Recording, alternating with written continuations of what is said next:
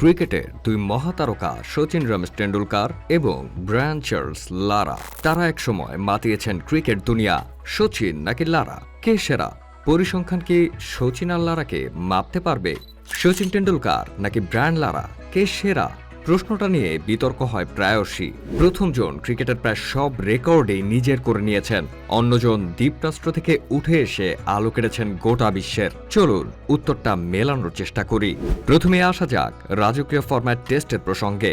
131 টেস্টে 30 শতক আর 48 অর্ধশতকে 52.88 গড়ে লারার সংগ্রহ 11,953 রান। টেস্টের ব্যক্তিগত সর্বোচ্চ 400 রানের রেকর্ডটাও তার দখলে। অন্যদিকে 200 টেস্টে মাঠে নেমে 51 শতক আর 68 অর্ধশতকে 53.78 গড়ে সচিনের সংগ্রহ 15,921 রান। তবে ভারতীয় ব্যাটারের ক্যারিয়ার সর্বোচ্চ অপরাজিত 248 রান। যদি আরেকটু বিশ্লেষণ করে বিদেশের মাটিতে কেবল শক্তিশালী দলগুলোর বিপক্ষে তাদের পারফরম্যান্সের বিচার করি, তবে হয়তো আরেকটু স্পষ্ট হওয়া যাবে। সেই সময় সেরা দল অস্ট্রেলিয়ার বিপক্ষে সমান 4টি করে সেঞ্চুরি, 19 ম্যাচে 41.97 গড়ে লারার সংগ্রহ 1,469 রান। অন্যদিকে 20 ম্যাচে 6 সেঞ্চুরি আর 7 হাফ সেঞ্চুরিতে 53.20 গড়ে সচিনের সংগ্রহ 1,809 রান। নিউজিল্যান্ড, দক্ষিণ আফ্রিকা এবং ইংল্যান্ডের মাটিতে যথাক্রমে 406, 841 এবং 1268 রান করেছেন লারা। এই দলগুলোর বিপক্ষে মোট 7টি সেঞ্চুরি হাঁকিয়েছেন ক্যারিবীয় বরপুত্র। অন্যদিকে সচিন রান করেছেন যথাক্রমে 842, 1161 এবং 1575। এই দলগুলোর বিপক্ষে তার মোট সেঞ্চুরির সংখ্যা 11টি। এছাড়া পাকিস্তানের বিপক্ষে লারার 626 রানের বিপরীতে সচিনের সংগ্রহ 483 রান। পরিসংখ্যান বিশ্লেষণ করে দেখা যাচ্ছে প্রতিপক্ষের মাঠে লারার তুলনায় সচিন বেশি ধারাবাহিকভাবে রান করেছেন। বিশ্বের যে কোনো প্রান্তেই তিনি রানের ধারা বজায় রেখেছেন।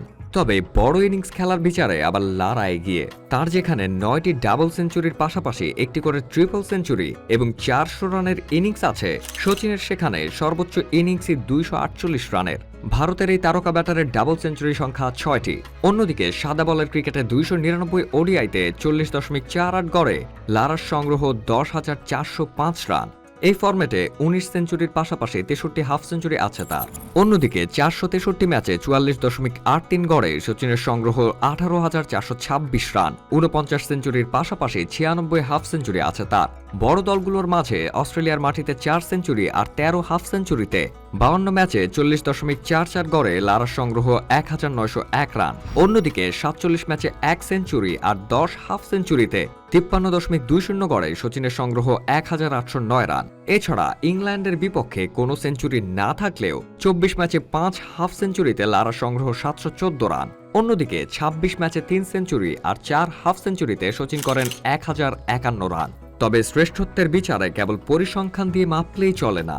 লারা যখন ক্রিকেটটা খেলতে শুরু করেছেন, ক্যারিবীয় ক্রিকেটের সূর্য তখন অস্তগামী। বেশিরভাগ সময় দেখা যেত ক্যারিবীয়দের ব্যাটিং পুরোটাই লারা নির্ভর। প্রতিপক্ষ জানত কেবল লারাকে থামাতে পারলেই হেরে যাবে ওয়েস্ট ইন্ডিজ। অন্যদিকে ক্যারিয়ারের শুরু থেকেই শক্তিশালী ভারতীয় এক ব্যাটিং লাইন আপ পেয়েছেন সচিন। শুরুর থেকেই তার পাশাপাশি ভারতীয় ব্যাটিংয়ে ছিলেন রাহুল দ্রাবিড়, সৌরভ গাঙ্গুলি, বীরেন্দ্র সেহবাগ, ভিভিএস লক্ষ্মণের মতো ব্যাটসম্যানরা। ফলে ওয়ান ম্যান আর্মির চাপটা কখনো তাকে নিতে হয়নি। তবে চাপ যে একেবারেই ছিল না সচিনের, সেটা বলার উপায় নেই।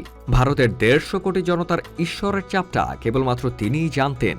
আসলে কেবল পরিসংখ্যান দিয়ে এই দুই মহান ব্যাটসম্যানকে আলাদা করা সম্ভব না।